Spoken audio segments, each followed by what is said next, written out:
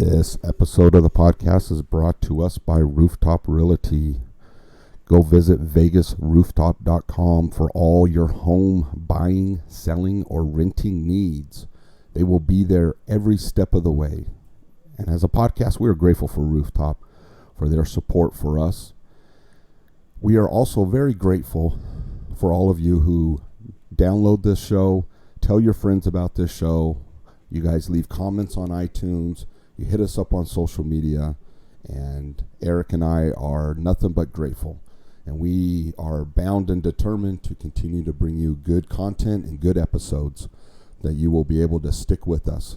So we are looking forward to future shows, but we are also looking forward to this one. So we hope you enjoy this episode with Chad Hermansen, and we are grateful for all of your support. Sometimes you're flush and sometimes you're bust, and when you're up, it's never as good as it seems, and when you're down, you never think you're going to be up again. But life goes on. Remember that.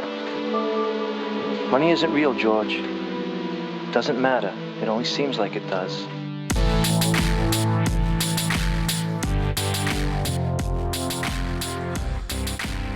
You ready? I'm ready. Let's go. Do it. Roll. All right. I'm Eric Humes. This is Adam Short. We got a What's up? special guest today on Staying in Trouble. My friend and local celebrity, Chad Hermansen. Local celebrity. You like that, right? That's a lot. That's a bit much. I don't know. He broke a lot of hearts in high school, left a lot of hearts on the college trail. Do you put in your bio former Major League Baseball player? Because I have the patch. If it was me, I would literally carry a patch. Even if I was hired for one day, one game, one pitch, I would carry that badge everywhere. Or I would keep it on a little pin right here on my hat. So Right. Maybe we could get one made. That'd be really good. yeah, I agree. I would do it. So obviously you can see I have no shortage of swag. So we swag everything. So Yeah, I can see that. thanks. When did you get drafted? So I was drafted by the Pittsburgh Pirates in the 1995 draft.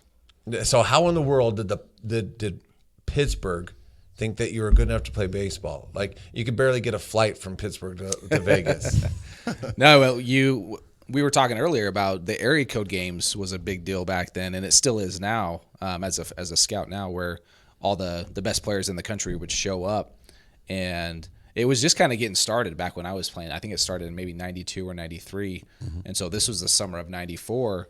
So imagine all the best players in the country going to one spot. It's at Long Beach State, and you're playing against each other. You're having games, and I happened to play really well. If you remember Jimmy Rollins, right? Played for the Phillies forever. Oh, yeah. Yeah. I was a shortstop. He was the second baseman. He was a year younger than me. I had a really good defensive series. I hit the ball well. I was actually named defensive MVP, and that's when it all started for me. That's when all the college coaches just came like crazy. Then every pro scout knows about you because they're all there at that event. So if you do well at that event, that's what set it off for me. And then going into my senior year, starting in the fall and in the winter, now all the scouts start showing up at your house. What I do now, I go visit with the parents, get to know the kid. So yeah, I got all these strangers coming into my house, got agents and advisors coming in. So my senior year was kind of wacko. That's crazy. Oh, I bet. And so we had a very similar story. So we had a guest on, and Ryan and his son Ryan. Ryan just got drafted from the Arizona Diamondbacks last year, and just here they told there's the sweet spots about the story was the night of where they were, some of the emotions, and we talked about actually a lot of the grind leading up to the draft. How do you go from little league to college to actually getting paid to play a game? And and they told a similar story. I forget where it was. It was back east, and it was also in the it was definitely back east. Cape Cod League. The Cape Cod League. Yeah. And just the stories that they had from that. Who was the first baseman for UNLV? Jack Wold.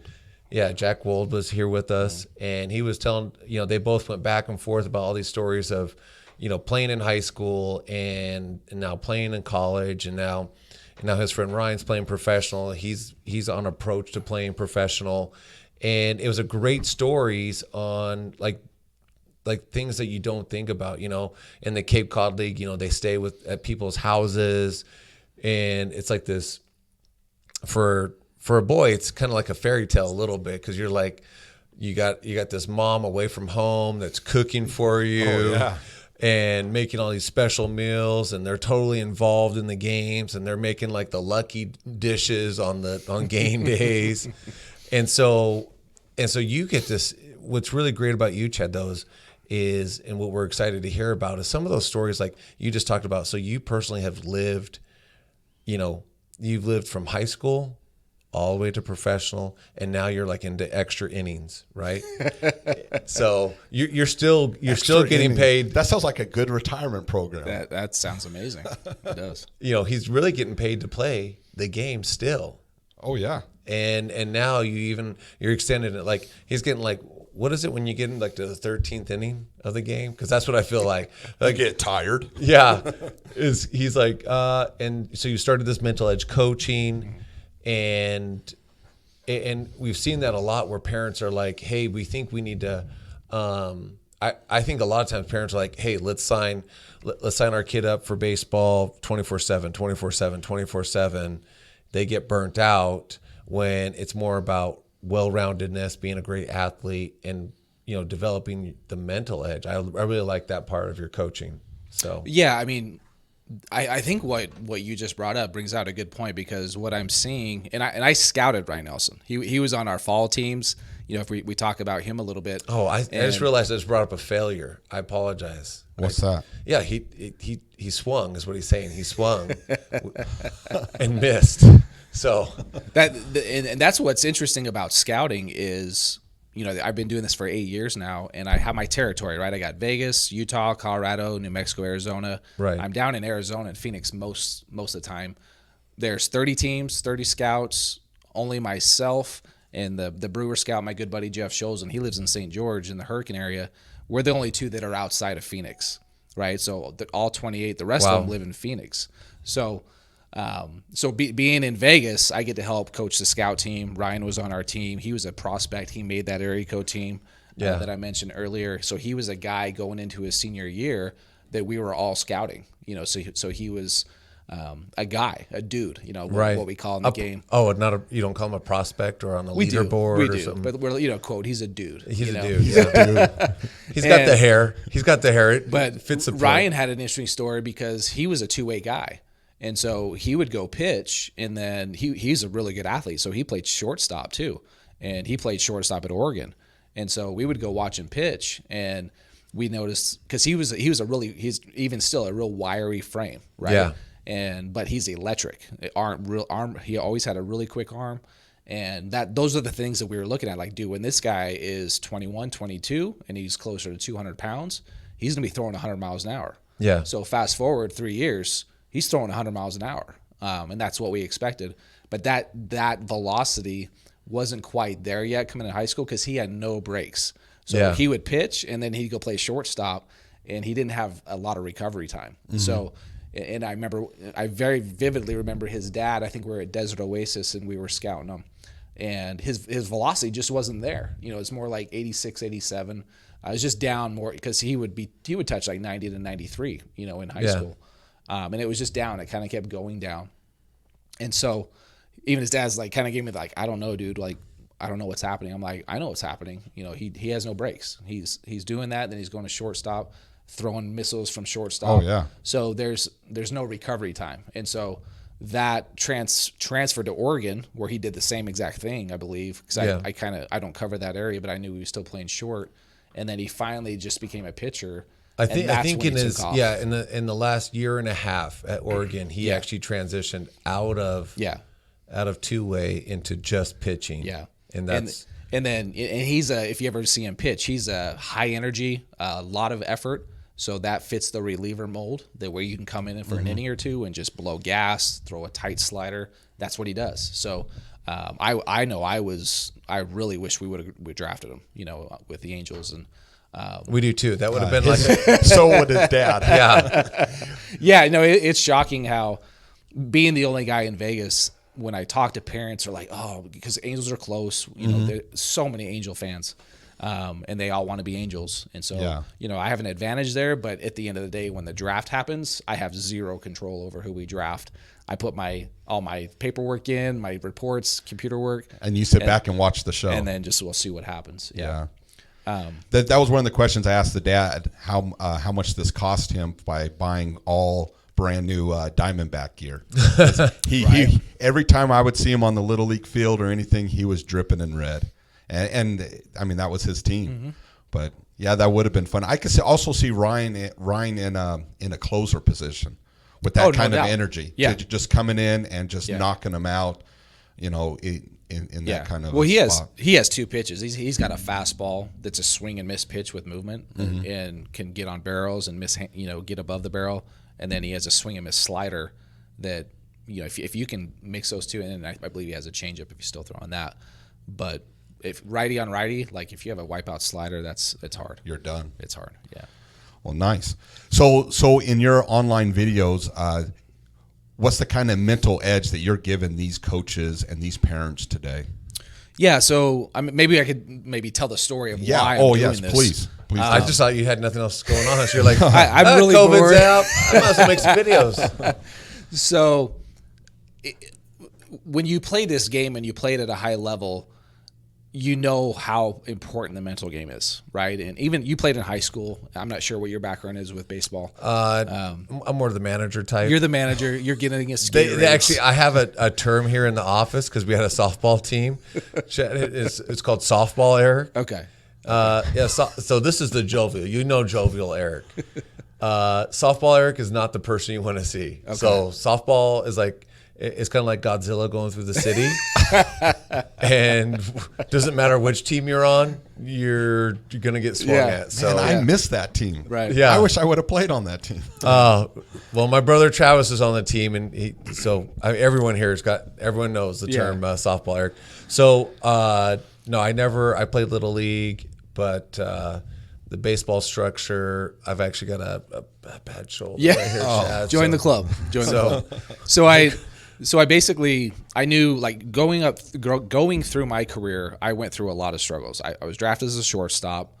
I made a ton of throwing errors, so I had the yips essentially from shortstop. I was not in the mindset of, dude, I am not going to be a big league shortstop, and I, in the back of my mind, knew that, and so it was kind of always there, like psychologically. I'm like, dude, I'm an outfielder, like I'm a center fielder. So now I put all my time and effort to try to get better, and it just wore on me. And then I was 19 years old when I finally said in AA, I need to get away from shortstop. This is not fun for me. The game became not fun. So I hey, can you move me to the outfield? And so that's when I was moved to the outfield as a 19-year-old. And the game became fun for me again. Because I battled through, because I was 17 when I was drafted. I was really young. 17, 18, 19, played shortstop. Had a lot of success, but also made a lot of errors. And it was kind of the first time I really failed a lot. So those were obstacles I faced right away. And I'm like, I tried to battle through them for like 2.5 years. And then I was just like, okay. So when they say so did you feel like you didn't have, because to me it sounds like a personal struggle. Like you're fighting the struggle and you didn't have maybe the resource to go, hey, do you think I'm in the right spot? Do you think, right? And I imagine too, we think about, oh, this is great that you were drafted. You got all this, fanfare. He was like the golden child. His other siblings got pushed by the wayside every Christmas. But I also think about being a teenager and like, hey, now I'm under the gun. I'm under the microscope. And so that's what I'm hearing out of your story is like, you had this mental battle going on saying, you know what, I'm expected to be like, I'm supposed to performance at like this, you talked about at 21, 22-year-old level almost mentally, but you're 17, 18, 19, and you're trying to figure out, like I remember, when you were in college and the different, no college. I didn't go to college. That's right. Here we go, business. No, it's my wife. So, but during that time, I'm like, my heart's like bleeding right now. I'm about to tear up because for a lot of kids, like it sounds like, hey, you're in this boiling pot and you're trying to figure it out for yourself. Yeah. And it sounds like that's where some of this genesis of the coaching is like, Yeah. dude, here are my scars. What can I do to help alleviate? Yeah, no doubt. It was, so I went through all this stuff, and then I was still always hit. So I hit a ton of home runs in the minor leagues. I got up to the big leagues when I was 21. So there was huge expectations, and when I was drafted, I just played, kind of let that happen. But then as time goes on, you're like, and you start reading things, right? You start getting other people's opinions. You see how people are treating you, and it's like, man, they're expecting a lot out of me here, So there became, and I think I developed over time, this kind of perfectionism, right? We talked about this earlier, where it's like, if I make a mistake, I'm letting everyone down. And to kind of really fast forward this, so I went through that my whole career, even into the big leagues, and in the minor leagues, I played every single game. Right, I was in the lineup every day unless I had a scheduled day off or just a break in between. And then I got to the big leagues where that's a whole different level of, obviously you have to perform, right? You got to perform day in and day out. And Pittsburgh, when you're the top prospect, they had high expectations. And so I'm 21 years old, kind of enamored, like, holy crap, I'm in the big leagues. Like, this is a lot to handle. You kind of feel that weight, right? And then you're like, oh, maybe I need to try harder. Maybe I need to do more than what I've done in the past. And so I wore that every single day and kind of put that on myself, essentially. Yeah. But going through all of that, it's, in the struggles, like, you can go to a teammate, but I was really up and down in the big leagues. Like, I was there for like 5 or 6 weeks, and then I got sent down, and then went up for 2 weeks, and then got sent down. So I never developed these really close-knit relationships that some guys have in the big leagues when you're there all year. Right. And so you just kind of... Well, what did the coaching staff say? Because obviously if you're going down and up, you're like in that chaotic cycle right there. Right. Is anyone going, hey, Chad, what can we do to keep you at this level? Or this is what we need out of you. Is there not a person like that on staff going, No. You know what? This is what we need out of you, Adam. This is what I need out of you today. Because it sounds like you're kind of on the bus.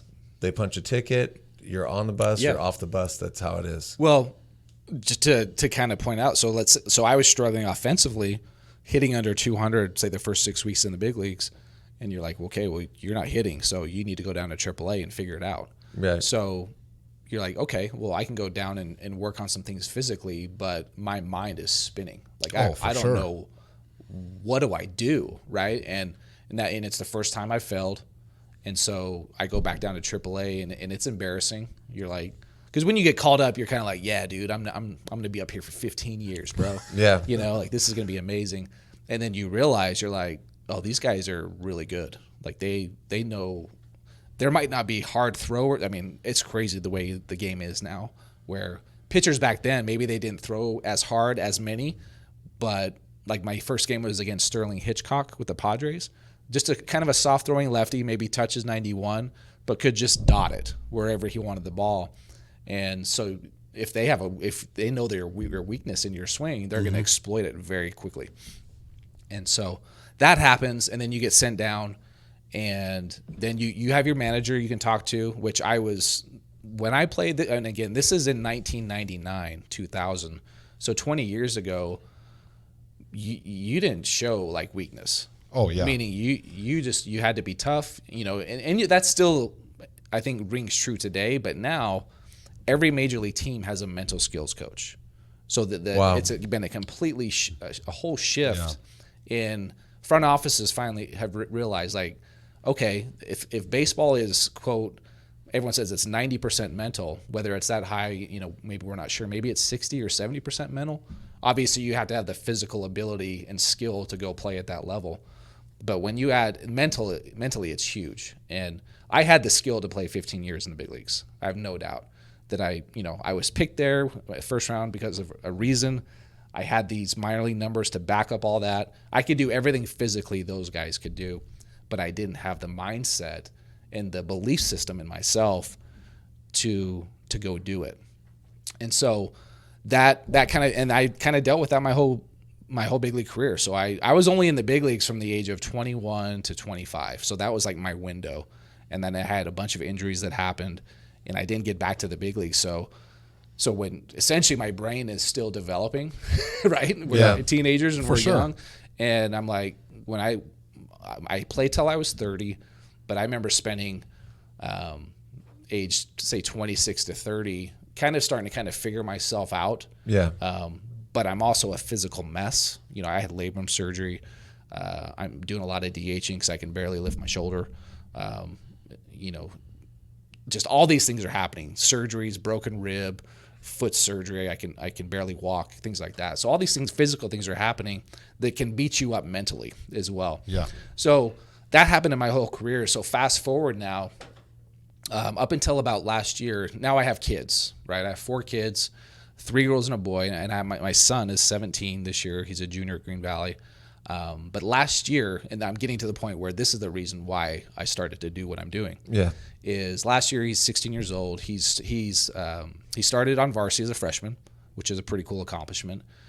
He goes to the same school, Green Valley, and sophomore year, he's got his dad's name. Yeah. He's a junior. You know, his name's Callan, but he's a junior. We don't call him junior or anything like that. We just call him Cal or Callan. But it's a baseball name. Like, he's got all the tools, right? He's 6'3", almost 6'4", like he's 190 pounds. You know, this is now, last year he's a little bit smaller, but he's struggling, right, through his sophomore year. And he's not doing as well as he thinks, you know. Right. And I'm scouting. I'm kind of in and out of town. I'm able to watch a game here or there. So I get home, and he's like, Dad, let's go to the cage. We need to work on some things. I'm like, cool, let's go. And he was already like really frustrated and upset with himself because we're probably like 3/4 of the way through the year, and he's probably hitting like 200. Okay. And we go to the cage, and in cage work, I'm just kind of working on tee, working on flips, and he's not having a good session, if you will. Like he's frustrated, he's upset. I'm seeing some things mechanically that we can work on, but I'm also like he's not even in a mindset for me to kind of work on and change something. It's like, so it's kind of a weird situation, but he took some more swings. So it's like a 30-minute session, and then he's like, let's just go. Let's just pick up the balls and go. So I'm like, all right, let's just go. Gets in the car, slams the door, and I kind of look over at him. I'm like, you all right, dude? And he just lost it, like emotionally. He just lost it. And I'm like, oh, crap, here we go. You know, so like if you're a dad and you have kids, you're like, this is going to get real quick here. And so he lost it. He got really emotional. He's crying. And he finally calmed down. I'm like, dude, just tell me. Just let it out. Like, what are you feeling? And he's like, Dad, he's like, the expectations, like every time I go up to bat, I feel like if I don't hit a double, if I don't hit a homer, if I don't do something magical, that I'm letting my coaches down, my teammates down. And then he goes, most importantly, I feel like I'm letting you down because I'm watching it. Like breaks my heart. Right? Like, honestly, like as a dad, you know, like we talked about, like even one of the reasons, Chad, why we even started this podcast is moments like that. Yeah. Like, we all, I think as dads, we've all felt like that. Yeah. And we love our kids. So, and it's, you're like, and I'm sitting there and I'm like, okay. And also it sounds I'm like you told your story, and now I'm hearing this come back in your own kid. This is my kid, right? Yeah. So he's going through the same thing, and I'm like, okay, Chad, just stay neutral with this. Like, let him just have it and let him just talk, you know? So I let him just talk and let him go through it. And I'm like, okay. And kind of prior to that, I was already starting to work on some things, and I had all these ideas. Right. Because I'm like, and then that was kind of, because I'd spoken to some other kids that were like private conversations that kind of had the same thing going on, right? Because some kids have a brother who just went through his high school who was a stud, and now younger brothers coming up, and they're like, crap, you know, I got to live up to his expectations now, right? Yeah. So all these things and perfectionism that are happening, those things are going on. And so I'm like, all right, dude, well, let's just start working on it. Let's start kind of taking it piece by piece and go through it. And so I created, so what I've done and got to this point is I spent this whole last off season creating an online course. And so I call it Mental Edge Training or Mental Edge Coaching. And what it is I create a video and I pick a topic to go over. So say like perfectionism. Yeah. I'll go through and I'll talk about how does this show up for you? And like, I'm just getting it out. I'm trying to get these kids to open up because they don't really know, right? They're like, oh yeah, that's totally what I feel. Yeah. So I create a video. I do a video. After that video, they have a quick little 5-question quiz. You know, it on the back end, it lets me know that they've actually watched the video. They take a little quiz. So is this only for baseball? Because I know that this could help so many kids and even maybe young adults. No, I too. get that. That was a question that Adam asked earlier. Yeah. I would say it's for baseball and softball right now because all the quizzes are very heavily geared toward baseball and towards the baseball experience. mechanics. Yeah. Yeah. Okay. I might eventually build something to where it's more neutral and I'll probably get to that at some point. But I also wanted to stay kind of with what I know. Stay in your lane. Sure. In my lane. The greatest game. The greatest game. It's the greatest. So game. they take a quiz. They get a PDF after each video. I ask a question or two, and so it's kind of like it's a journal they can work on and start, asking themselves questions, and then during that whole period, they have access to my email where I can start coaching them one-on-one, because I've noticed kids, we can do like group Zoom call settings where kids can ask questions, but also regarding that, kids sometimes aren't willing to open up. They're for sure. they're like, dude, I'm going I see that in my this. own kid. Like in this whole distance learning, my youngest, they would have Zoom calls. He wouldn't say a word. Yeah. And it's like the classroom setting, right? Oh, they're like, man, they're I'm like- too embarrassed to raise my hand because this is an embarrassing question. So, Yeah. so well, that's the especially whole idea. perfectionism, because they're like, hey, I don't want to expose to myself, Yeah. Hey, that I'm actually not perfect, or Yeah. that I'm vulnerable, or that I might make a mistake, especially when everyone else looks up to me, but back in the back of my head, I'm just beating myself over the back of the head.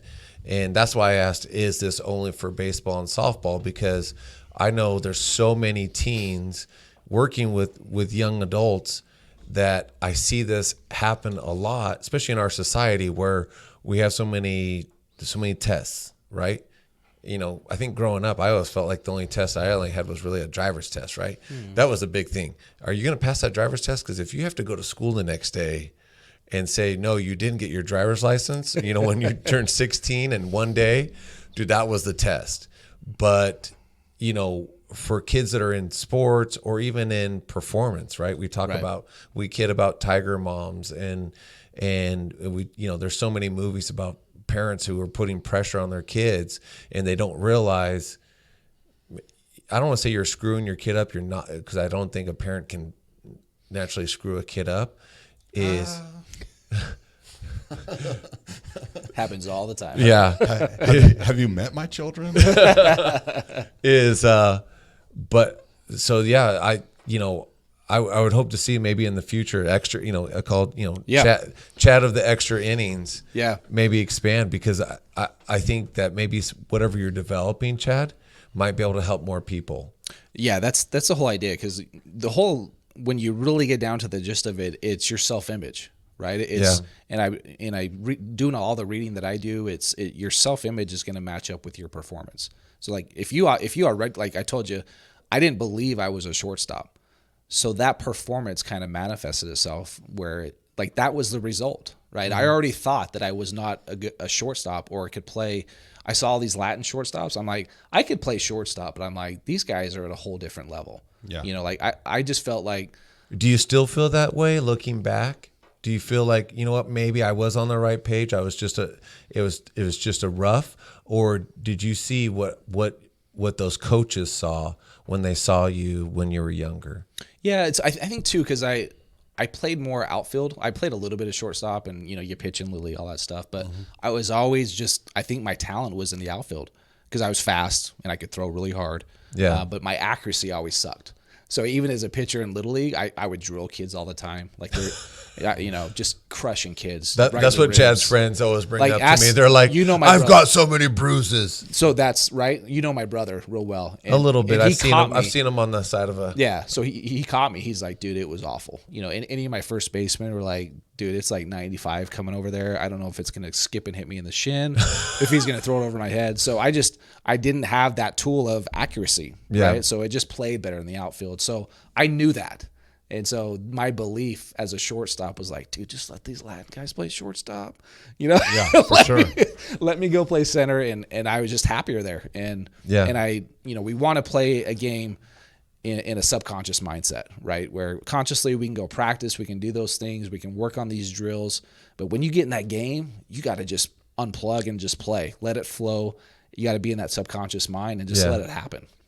So when you taught your son this stuff and you had that moment in the car, how long afterwards did he start, did his batting average go up? Did he start, when he approached the plate, was he a lot more calm? Was he...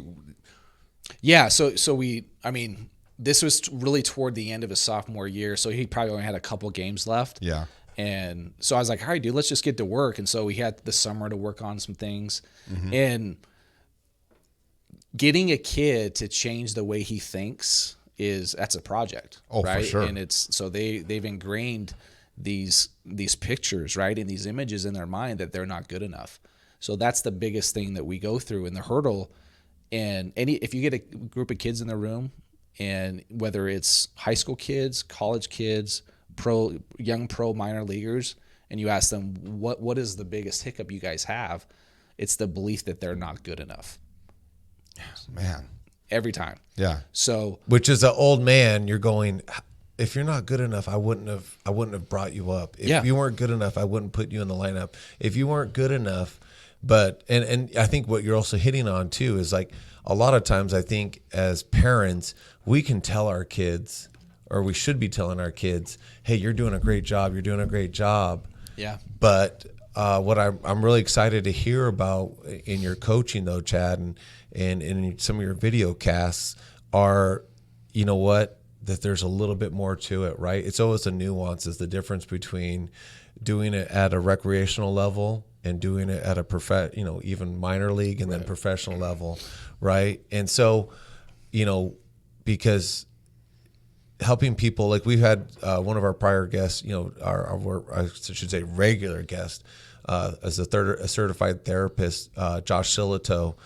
And Josh talks a lot about those same things, that people are coming in with those same anxieties, right? Just because you play a sport doesn't make you immune from depression, anxiety, fear, loathing, or any of that, right? We're all human.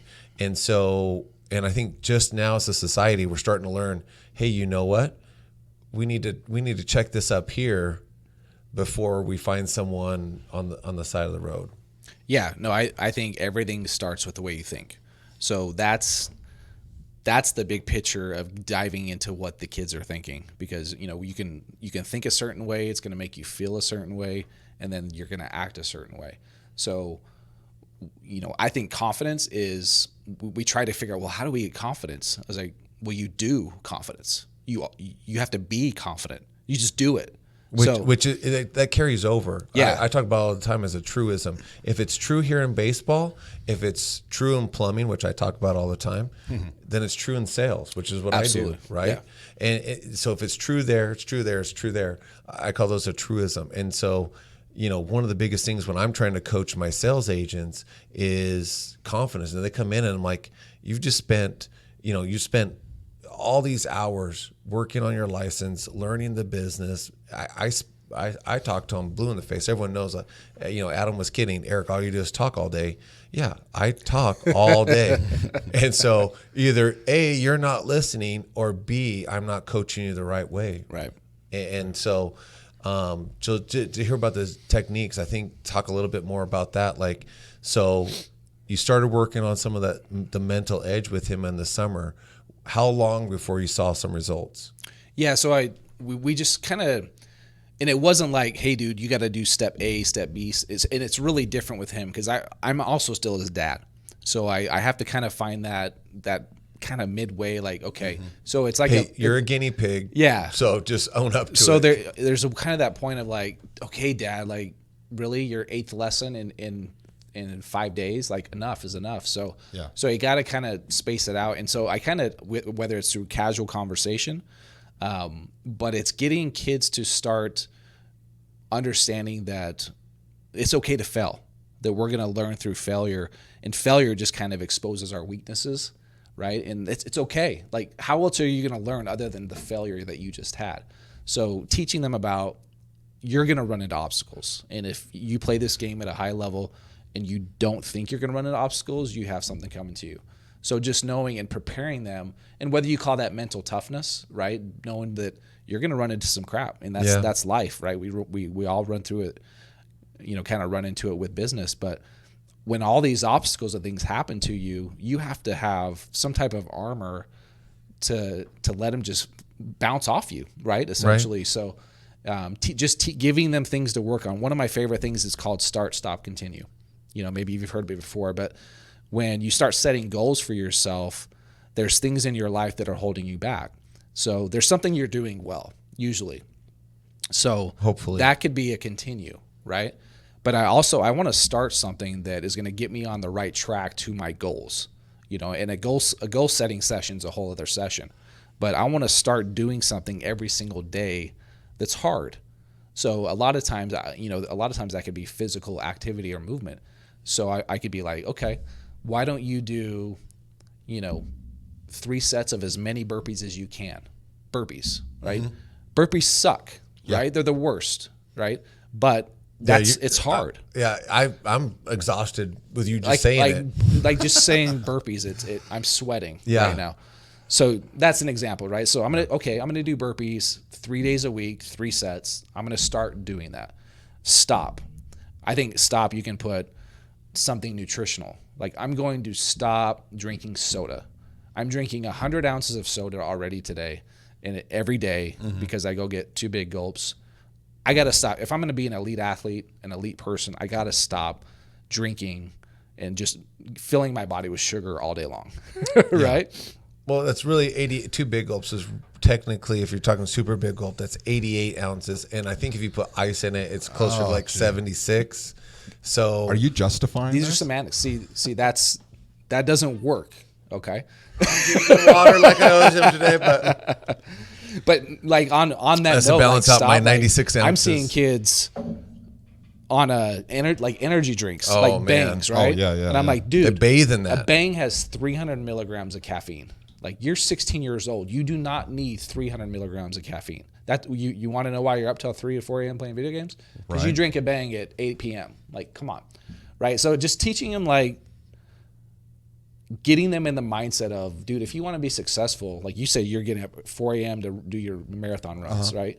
People like learning how to wake up early, taking care of what you need to in the morning, having your own hour, right? The hour of power, Tony Robbins, all this type of stuff. Having that own hour. I like to have 2 hours sometimes, just that kind of peace by yourself, whether you're developing yourself, reading a book, right? If you're a religious person, you're reading your scriptures.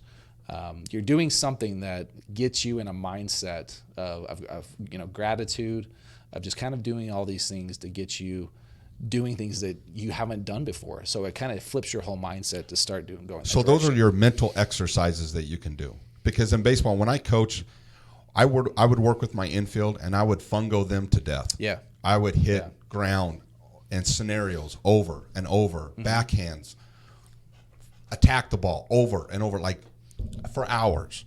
But for your mental game, for you to step up to that plate when all eyes are upon you, everything is on your shoulders, heavy load that some of these boys carry. Even what are those little exercises? You just said setting goals, putting those hours in there. Is there anything else that you can do on a mental state that are mental exercises throughout the day? Yeah. So in each video I do, it's not, we're talking 52 videos and they get flipped. So there's one of them is a lesson and kind of like, hey, what are your thoughts? And I want you to write some things down here. Then there's an actual application. So one of the big ones is we call it lights, green light, red light, yellow lights. So when you're in performance, right, you want to be in a green light. A green light means you're just kind of free, like you're flowing, you're not really thinking. You put all that hard work into practice, and then in the game you just do it, right? You just react and go. And then so that's the subconscious, right? You're just doing it. And then when you're in practice, you're consciously getting peppered by coach, right? You're getting all those ground balls, so you kind of know those physical movements you're working on, but you're also trying to somewhat get into that subconscious mind of also practicing getting into flow, right, and doing those things. So green lights are what we always want to be in. Yellow light, you kind of start to realize something's off. I'm starting to think too much. You're more timid, you're more shy, you're not as aggressive. And then you get into a red light where you're starting to spiral out of control, right? You're starting to be really super aggressive. Maybe you threw a pitch as a pitcher, you hit a home run, and that catcher throws the ball back to you. You catch it, you're like, you're mother effing yourself, doing all these things. Which what you're really doing is you're shortchanging yourself. Yeah. You're taking yourself out of the game. Yeah. You're changing the lights. Yeah. So you're out of control. Yeah. So a big part of it is learning to control the controllables, like and understanding what is that, what does that look like, where I can't control what the umpire does. I can control my reaction if I'm a hitter and the umpire makes a horrible call on a strike on the outside corner you thought was a ball, right? You control the reaction to what just happened. So that's an example of like E plus R equals O, event plus response equals outcome. So always knowing whatever event or whatever thing happens to me, what is my response to that? Essentially, how do I think about that, right? And I can think good thoughts, bad thoughts. So what are my thoughts? And typically from that thought, it is going to be some type of result. I'm gonna be pissed off, and then I got to step back into the box again, and I'm still thinking about what the umpire did rather than now getting back in the box and worrying about the pitch and focusing, on that pitch and being completely present at that moment. Absolutely. I was always amazed by a lot of pro players that would get up there and mess up, strike out, do whatever, but then they walk off, and sometimes they even have a smile on their face. Like they completely. Like this one, where you pull in your jersey, put your bat up, you get back, or all the mental happened. stuff. You undo your gloves and you do them back up again. Yeah. And I find it fascinating that, like what you just said, that now the MLB has picked up of how important the mental game of the game is, and how important that is. I tell people all the time that like when we had Josh in there's a stigma that comes with like therapy. Yeah. And I said, if you're willing to go to the gym, if you're willing to work on your body, you're willing to work on the physical stuff, therapy and those kind of things are things to work on your mind. Mm-hmm. You have to work on your mentals.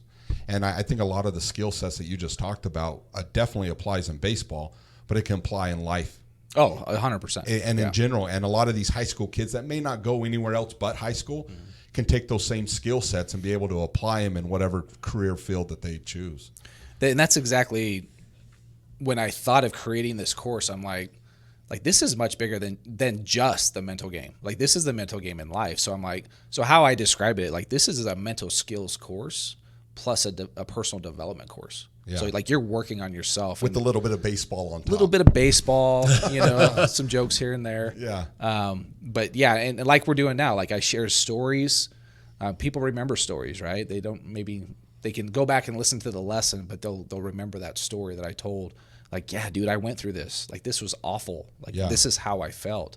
And then they're like, oh yeah, I'm going through that right now as a sophomore in high school. Oh, what's the Astro edition of your skills course? The Astros. Yeah. The banging on the garbage cans. Is that that's what I'm referring. Yeah. So or the whistle. Well, we can maybe do a course on different strategies on how, I don't know, how to bang on the garbage cans.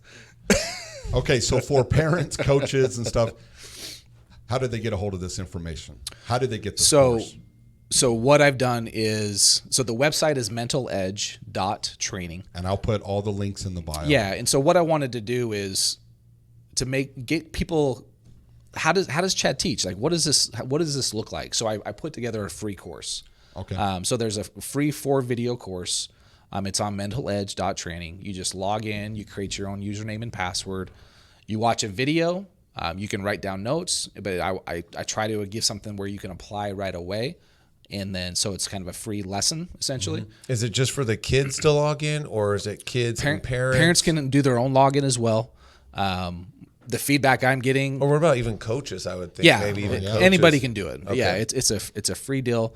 I go through 4 videos, and then at the end of the 4th video, and the video, these are like 3 days separated. So you watch one, then you can log back in, watch the next one. So it's kind of spread out over almost 2 weeks, just to get it, because my course is a video a week. So you watch a video, and then the next video is the following week.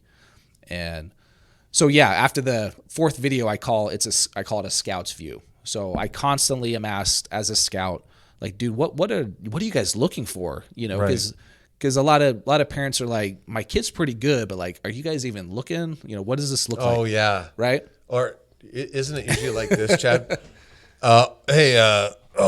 Just stretching right here. Oh, there's a little hundy right here. Are you sure? Did you notice my kid out there, number 3? Well, usually it's when you show up, you know, you can recognize a scout, especially when we're standing behind home plate with bring a radar free guns. meal over here for my good friend Chad, who I've known a long time. Yeah. Parents usually are like, who are you here to see? And like, oh, so and so. He's like, oh, all right, well, my kid's playing third base. And like, make sure you take a peek. Like, all right, I'll check him out. And so that's just kind of fun. But yeah, so the 4th video I go through, I call it a scout's view. And in all 4 videos, it's about 45 minutes of video. So I think it's pretty cool. And then at the end of the 4th video, of course, Is there anyone else on the video besides Callan's dad? Oh, okay. It's just me. And so I introduce my actual membership course, which is the 52 video course. So it's a membership. So they can try it out first before they just kind of get a feel. Hey, if this is what and I think too, part of that too, I think that's excellent because, you know, going back to even the story with your own son was, hey, you're in and out of town. Hey, Dad, let's go to hit balls. So your son is reaching out to you at that point. You don't know it yet. And so that's a great litmus test to say, hey, you know what? Is this, you know, because even if you give them the greatest coaching in the world, if they don't step into it, there's no execution. That's the biggest thing that I'm still trying to figure out because these are kids, right? They're high school kids. They have their lives. Do they really want to work on the mental game? It just depends on what level they're at, on how serious they are. But I've also learned, because when I first started this, I started working with some kids that are really good players, and I would give them an assignment to do, and then I felt like I was constantly like, I wasn't bombarding them like, hey, you know, did you complete this? And maybe it was crickets, maybe it was, I'll get to it. So I'm like, okay. So they weren't taking it that serious. They weren't taking it serious, or they just didn't feel like, dude, I'm a stud. Like, I don't need this mental game stuff. You know, I've never failed before. And so, I mean, Adam, you've talked a lot about that, and I think that's even expanded my mind a little bit. So, you know, a lot of times I'll take these episodes, like what we talk about here, and then I'll go home and talk about it with my wife. And she gives a totally, completely different perspective that I don't have. Like we talk about that confidence as a batter, that's probably one of my strengths in my own business is my strength that, you know what, I can take this transaction from A to B. Right. Like that's what I'm really good at. And no matter what the situation, I'm gonna succeed. Yeah. And you know, there's some strikes along the way. Don't talk about those. Pinch it off. Let's go. We're going to get the next one. Yeah. And so, but to know that, that you could get in here, get it done and expand on the mental side of things, I think is like almost an expansion of our social consciousness. Like, hey, what's up here is just as important what's right here.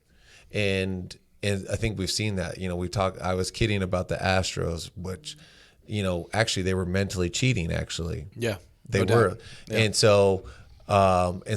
And look how much significance that has on the game. Right, it's marred the game right here in our generation at our time right now.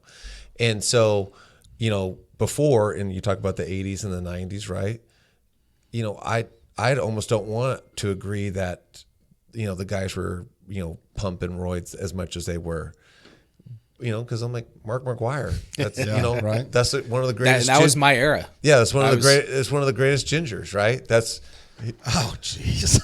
my first hit was against the Cardinals, and he was standing on first base. Like I rounded first base.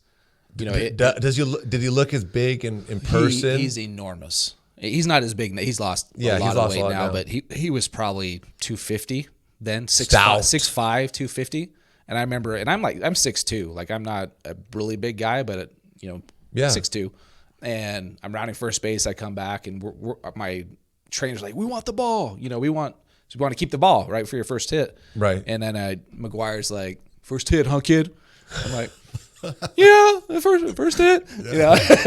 So, I'm getting in the gym, Yeah. Mark, right now. And I'm- Let's do this. and I'm looking up at him. I'm like, God, this guy's enormous, you know. And so, Wow. But yeah, no, I played through the steroid era. So I remember going into spring training, just busting my butt for months. Maybe gain 10 pounds of muscle, like really getting after it. Yeah. And then I'd show up and guys are like 25, 30 pounds heavier. And I'm like, what did you do? Like, oh, I worked really hard this winter. And I was like 20, 21. It's kind of oblivious to it all. And kind of finally figured that out. I'm like, oh, dude, these guys are like, they're doing much more than just I need to get down to Florida. Yeah. Yeah, like they're doing some serious Oh, stuff. they're doing some special hunting of those special deers. So with this whole quarantine, scouting must have been like done. Not too much going on. So what have you started since not too much to scout? Yeah, so I came home and we were the COVID-19 started, and we were at the point where like, okay, we literally cannot go outside. Like we're in the home. Yeah. I was doing a bunch of video scouting for my job and kind of got that completed. But I was also like, That's crazy because a lot of people do that all the time on YouTube and don't get paid for it. but I was Mixtape. yeah. So I'm like writing reports, getting all my work for my team done, and I was like, man, I should just start. I want to talk to players about the mental game, and so I have contacts and I'm like, I'm just going to start a YouTube channel. So I started interviewing players that I played with, managers, coaches, scouts. You know, I'm maybe 5-6 weeks into this thing. Nice. I've done like 25, but I'm posting about one a week. Okay. And that's at Mental Edge Training Coach is the YouTube channel. But yeah, just talking about my first one was with Jack Wilson, who was our shortstop with the Pirates. He had up and down, you know, in the big leagues too, you know, and just kind of diving deep into like, dude, what was that like? Like, what were you thinking? What did that feel like? Because I think that's what people want to hear. Like, what's the real stuff, The real behind stories. it? Yeah. Because you know, when I got sent down, I'm 21 years old. I put on a happy face. Like, yeah, I'll be fine. But like, I was a wreck. You know, I was like, I just failed. You know, this feels horrible.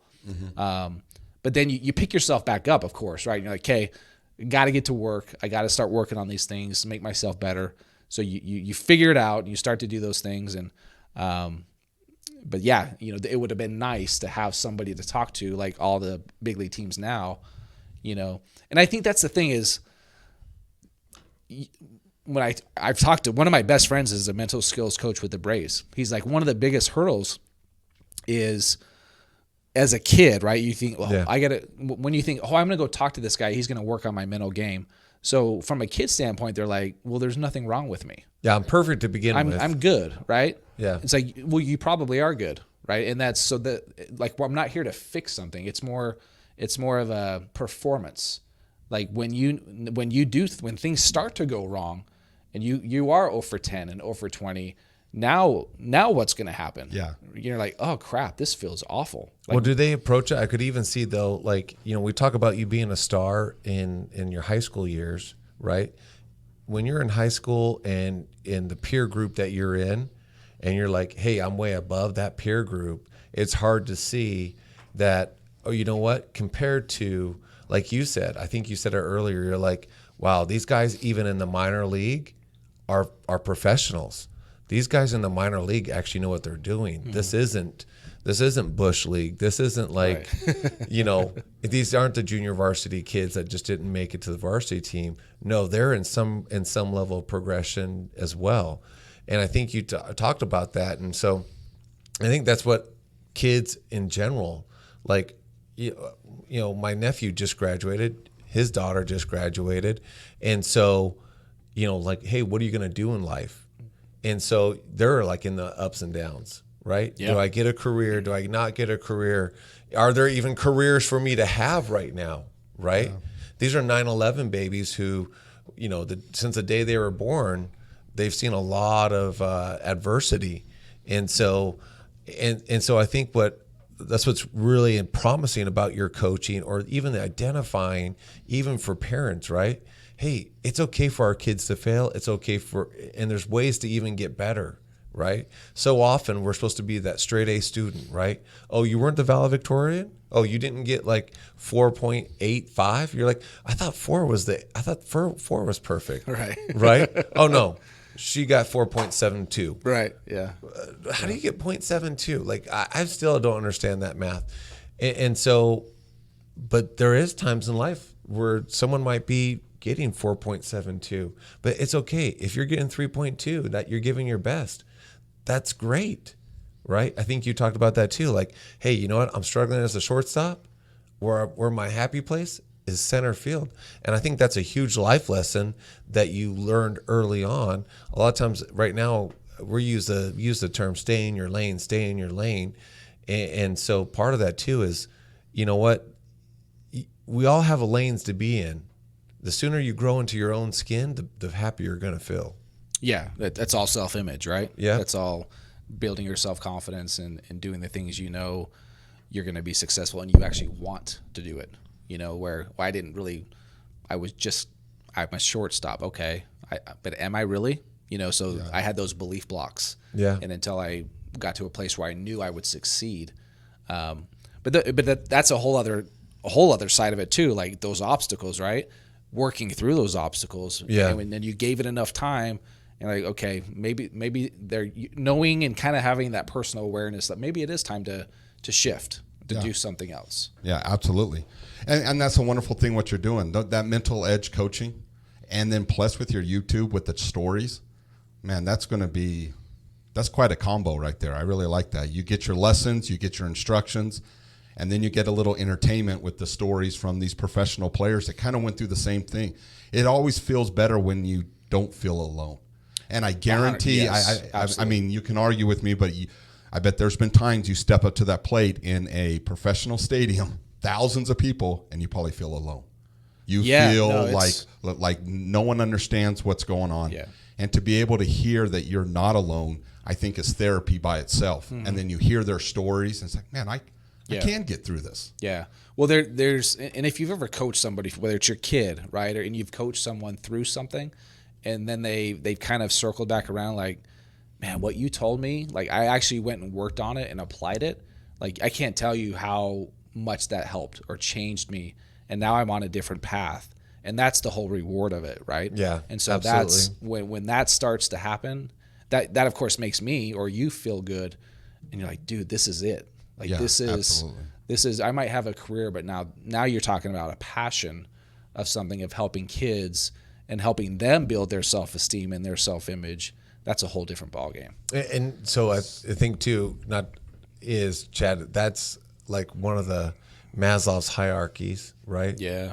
Is, you know, I'm excited to hear where this path goes, like how much bigger it gets, because, you know, when we're all like young and we're in elementary school and we're like, oh, I'm going to change the world, right? And we don't know what that really means.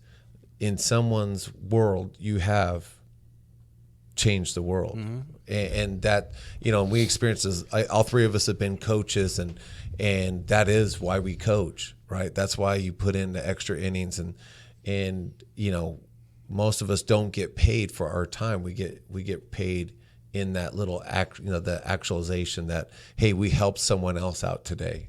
Yeah. Oh, no doubt. Absolutely. Yeah. Chad, this has been awesome. We appreciate the information you've given us. I'm going to put all the links in the bio. So guys, go down into our bio if you're listening on iTunes, and you could click the links, try his videos out, check it out, check out his YouTube. And if you're that parent, you're that coach, or you're the kid that's maybe struggling and you're listening to this, you like the stories, check his videos out. And it sounds like it'll be a game changer, an absolute game changer.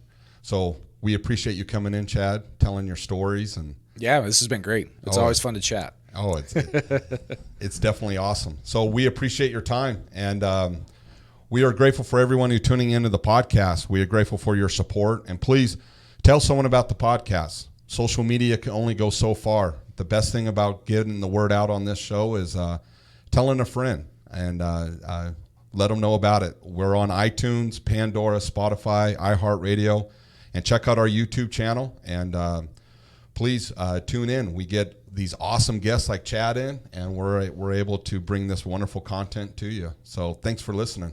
Awesome.